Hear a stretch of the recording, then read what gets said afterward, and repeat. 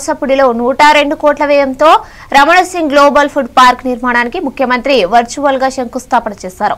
రాష్ట్ర గృహ నిర్మాణ సమాచార పౌర సంబంధాల శాఖ మంత్రి కొలుసు పార్థసారథి కార్యక్రమంలో పాల్గొన్నారు. రైతులకు మెరుగైన ధరలు అందించడమే ఫుడ్ ప్రాసెసింగ్ పాలసీ లక్ష్యమని మంత్రి తెలిపారు. వ్యవసాయ రంగాన్ని పారిశ్రామిక రంగంతో సమ్మిళితం చేస్తూ ప్రభుత్వం 20 పారిశ్రామిక పాలసీలు తీసుకువచ్చిందన్నారు.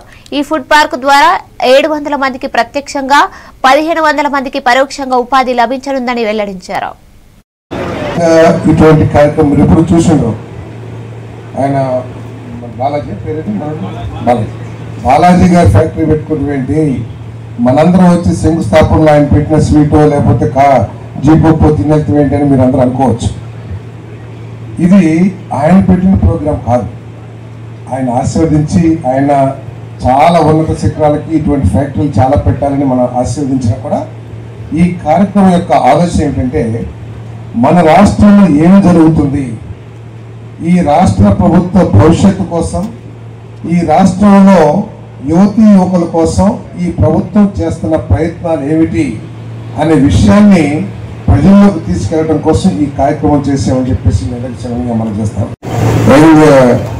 స్టూడెంట్స్ ఎవరైతే ఉన్నారో వాళ్ళందరూ దీని ఏదో సరదాగా మా కాలేజీకి పంపించారు, మేము కొంచెం కూర్చున్నాం, సరదాగా కౌలు చెప్పుకున్నాం, వెళ్ళిపోయామని ఆలోచన వద్దని చెప్పేసి మీకు మనం చేస్తాము. నెక్స్ట్ ఇప్పుడు దాకా మీ అమ్మా నాన్న పర్యవేక్షణలో, మీ టీచర్స్ పర్యవేక్షణలో ఉన్నారు కాబట్టి యు ఆర్ సేఫ్. ఇంకా 1 సంవత్సరం 2 సంవత్సరాలు 3 సంవత్సరాల తర్వాత మీరు రోడ్డు మీదకి రావాల్సిన అవసరం ఉంది.